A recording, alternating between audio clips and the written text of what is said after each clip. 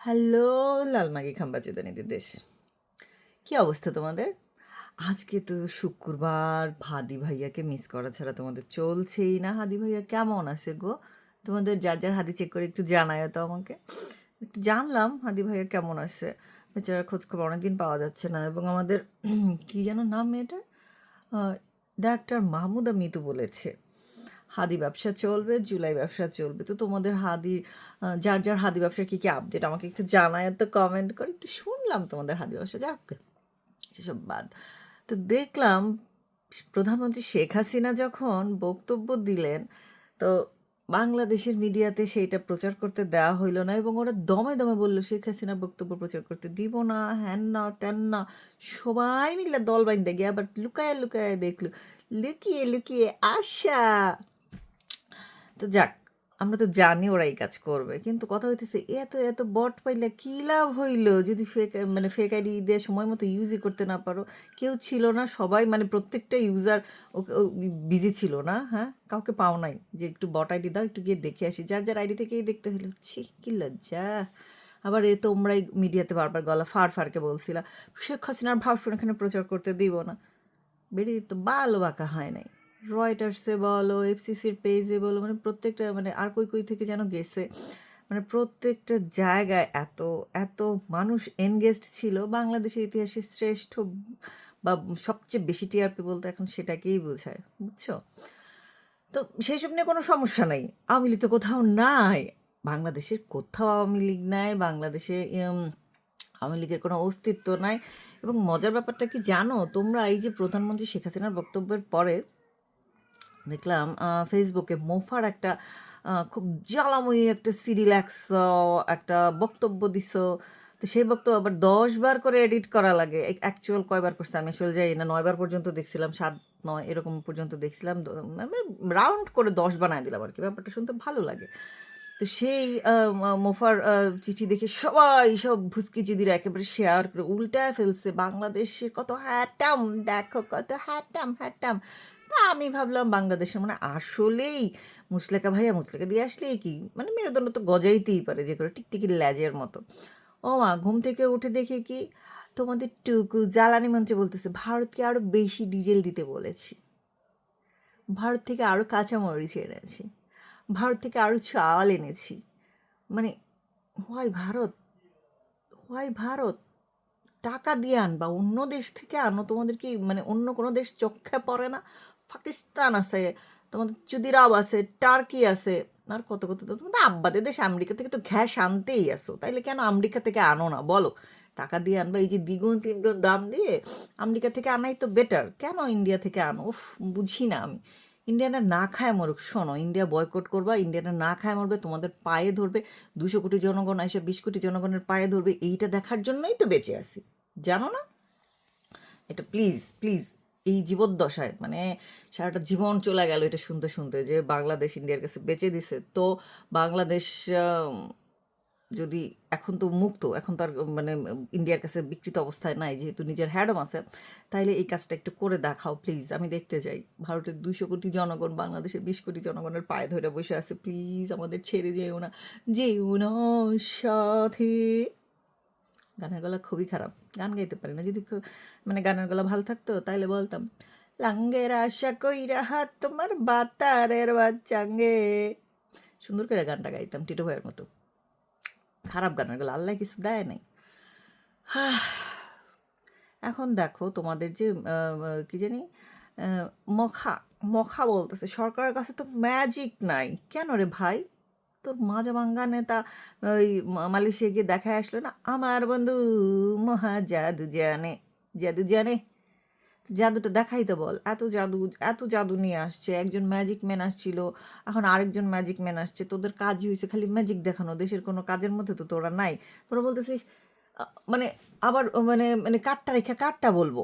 ও মাই god, এত উন্নয়ন করে ফেলছিল ওরা 3 মাসে, আজকে এরা বলতেছে, মখা বললো সরকারের কাছে তো ম্যাজিক নাই যে সব কিছু ঠিক করে ফেলাবে। গিরাশিক বলতেছে এখনই গ্যাস কারেন্ট সংকট দূর করা যাবে না, এটা কঠিন কাজ। সে 18 মাসের আগে কোনো ফ্যাক্টরি চালু করতে পারবে না। নাইস। সাভারে, আশুলিয়াতে, চিটাগাঙে নানান জায়গায় দেখলাম কি গ্যাসের অভাবে ফ্যাক্টরি বন্ধ করে 7 দিন, 9 দিনের, 10 দিনের করে ছুটি দিয়ে দিছে। মানে এটাই তো আমরা আসলে চাইছিলাম।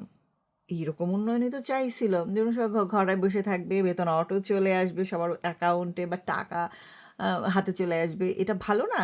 কি দরকার কাজ করা করে? কাজ না করে যদি বেতন পাওয়া যায় তাহলে তো বিএনপি সরকারই ভালো। তোমাদের তো এই সরকারটাই দরকার ছিল। সব কিছু বন্ধ হয়ে যাবে, যে যার ফ্যামিলির সাথে কোয়ালিটি টাইম কাটাইতে পারবা, এটাই তো তোমাদের চাওয়া পাওয়া ছিল। আমার কই যেন দেখলাম বেকাররা ডিগ্রি নিয়ে বসে আছে, চাকরি বাকরি পাচ্ছে না, কিন্তু আমাদের ডাস্টবিন শফিক্কা বলেছিল জবের বন্যা বয়ে যাবে, সেই বন্যায় ভেসে যাবে সব চিতমারানিরা। ওরা তো ভেসে কোথাও যাইতে পারে নাই, কারণ ভিসা পায় নাই। ভিসা পায় ব্রেন ট্রেন চুতমারানিরা কেউ দেশে আসে নাই। এদেরকে লোভ দেখাইছে, বিদেশে বসে লোভ দেখাইছে যে দেখ আমরা কিন্তু দেশে চলে আসবো, তোরাই আন্দোলন চোদায় নিজেদের গুয়াটা নিজেরা মার। এখন দেখেন, ওরা কিন্তু ওদের বিদেশ ছেড়ে আসে নাই, ওরা বিদেশি সুন্দর মতো আছে, তাদের পড়াশোনা, চাকরি, বাণিজ্য, তারপর বলেন সুন্দর সুন্দর ছবি তোলা, সব ঠিকঠাক মতো আছে। হোগো মারো খাই লোকে। এই যে ভুরুঙ্গামারির তোলারাম কলেজের ফকিন্নির বাচ্চা, তুই তুই ওদের এই যে ওরা বিদেশি থেকেও বলতেছে বাংলাদেশ স্বাধীন করতে, চলো নিজেদের পুটকিতে বাঁশ ঝাড়ে আমরা নিজেরা ঢুকিয়ে দিই, বাঁশ তুমি ঝাড়ে কেন, ফোন দিয়ে আসো বলে নিজের হোগাটা নিজে মারলেন।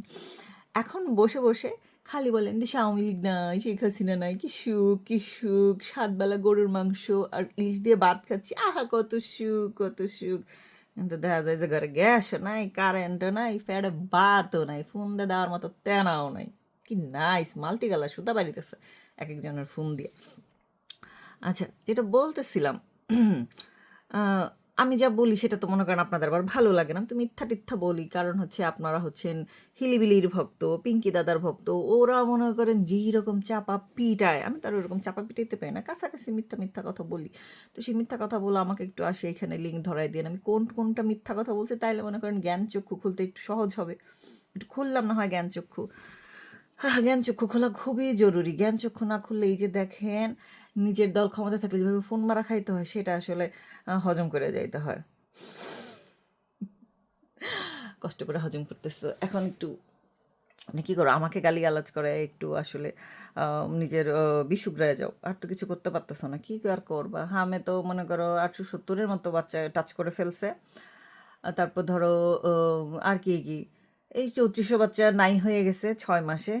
মানে কি জানি বলে, কিডন্যাপড হয়েছে, মানে কিডন্যাপ না, তো কিডন্যাপ বলা যায় না, অ্যাবডাক্টেড হয়েছে, মানে তুলে নিয়ে গেছে, জাস্ট কোনো স্ট্রেস নাই, এবং তোমাদের সেটা নিয়ে কোনো কথাবার্তাও নেই। অনেকে বলে আগেও এগুলো হয়েছে, হাসিনার আমলে কি হয় নাই, বা হাসিনার আমলে হয়েছে, হাসিনা তো খারাপ।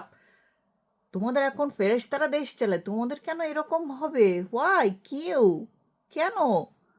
তোমাদের এখন তো সুবাতাস বইবে, ঘরে ঘরে শান্তি, আনন্দ, হাসি খুশি থাকবে, কেন 3400 বাচ্চার বাপ মা কান্দাকাটি করবে? হ্যাঁ, কি কারণে? এই যে তোমাদের আজকে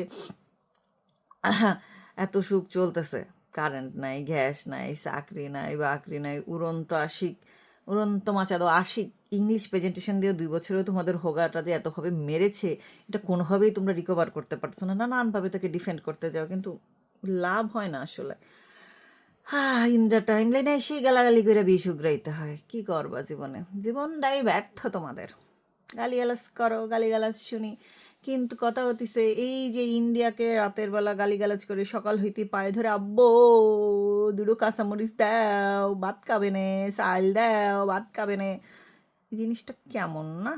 হুম, এটা কি ঠিক?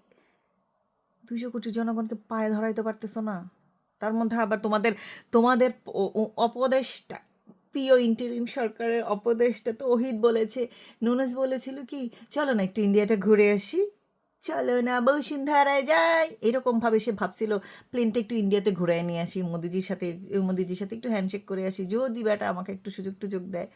মানে কি হাস্যকর কথাবার্তা বলো দেখি, মানে এইগুলো একের পর এক ফাঁস হয়ে যাচ্ছে, কি যে মজা লাগে এসব দেখতে। আমরা যখন বলছি তখন তোমরা বলছো হ্যাঁ ডক্টর ইউনুস লোকটাকে কেউ থামাও, এত এত কাজ করছেন উনি দেশের উন্নয়নের জন্য।